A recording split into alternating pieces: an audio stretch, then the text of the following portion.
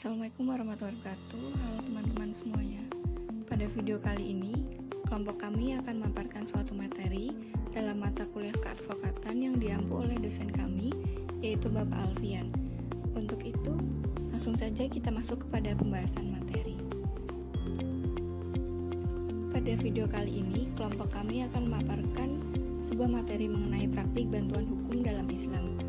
Sebelum memaparkan materi, izinkan saya untuk memperkenalkan anggota kelompok saya. Yang pertama ada saya sendiri, Ardiani Nurta dengan NIM 059, kemudian ada rekan saya Widya Safira dengan NIM 062, dan rekan saya Rizky Maulana dengan NIM 093, kemudian dengan rekan saya Zuri Falaudin dengan NIM 095, dan rekan saya yang terakhir yaitu Luciana Dewi dengan NIM 097. Dalam video kali ini, kami akan membahas setidaknya ada dua subbab pembahasan, yaitu yang pertama mengenai praktik bantuan hukum pada masa Utsman bin Affan dan pada masa Ali bin Abi Thalib. Untuk itu, langsung saja kita masuk pada materi yang pertama, yang akan dibawakan oleh rekan saya Widya Safira dan Luciana Dewi. Selanjutnya yaitu praktik bantuan hukum pada masa Utsman bin Affan. Utsman bin Affan menjabat sebagai khalifah di saat ekspansi militer kaum muslimin di bawah kepemimpinan Umar bin Khattab. Khalifah Umar mewariskan kepemimpinan Islam kepada Utsman bin Affan bukan hanya dalam hal-hal yang menyangkut wilayah kekuasaan yang sudah sangat luas membentang, tetapi juga seluruh permasalahannya yang sudah mulai kompleks dan juga rawan. Kerawanan situasi sosial politik yang sebelumnya telah dikhawatirkan oleh Umar. Pada waktu Umar meninggal dunia, maka terpilihlah Utsman bin Affan untuk menjadi khalifah ketiga dari Khulafaur Rasyidin. Pada 6 tahun pertama kepemimpinannya, banyak negara yang telah dikuasainya. Negara-negara tersebut seperti Balkan, Kabul, Grozny, Kerman, dan Sistan.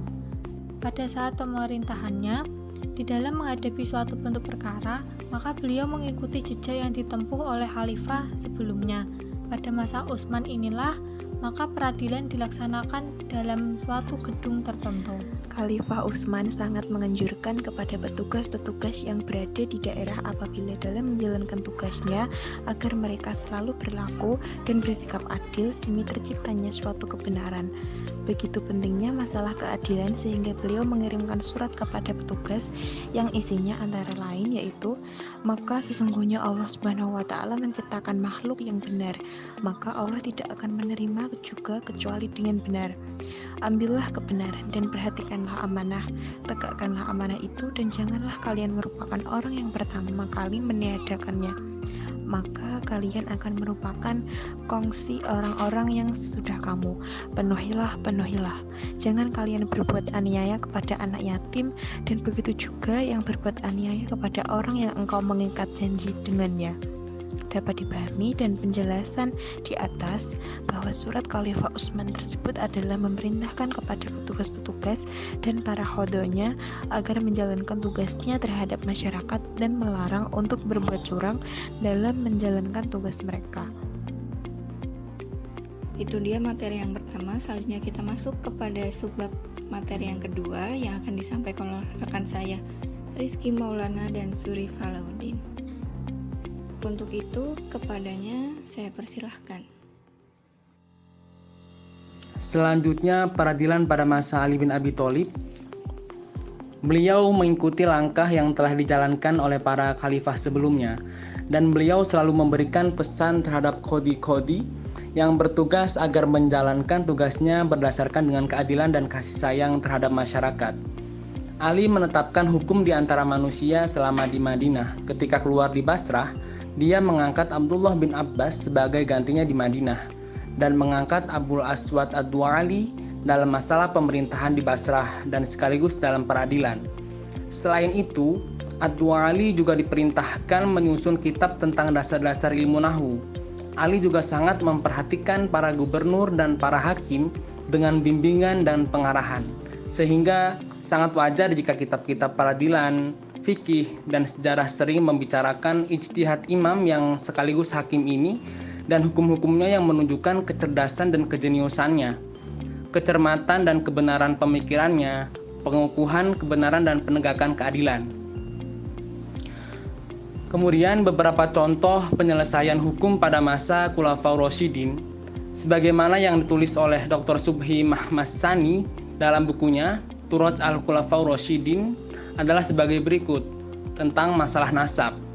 Seorang anak mengaku di depan Umar bahwa seorang wanita adalah ibunya. Maka wanita tersebut datang dengan beberapa orang yang bersaksi bahwa dia belum pernah menikah dan anak tersebut berbohong. Umar pun memerintahkan untuk menghukumnya dengan had qadhaf atau tuduhan zina. Lalu hal tersebut terdengar oleh Ali.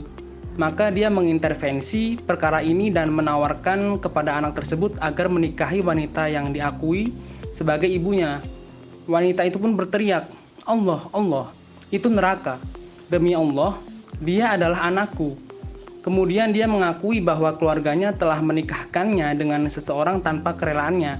Lalu dia mengandung anak ini darinya, dan suaminya pergi berperang lalu terbunuh. Kemudian dia mengirimkan anaknya kepada kaum yang bersedia merawatnya dan tidak mengakui sebagai anak.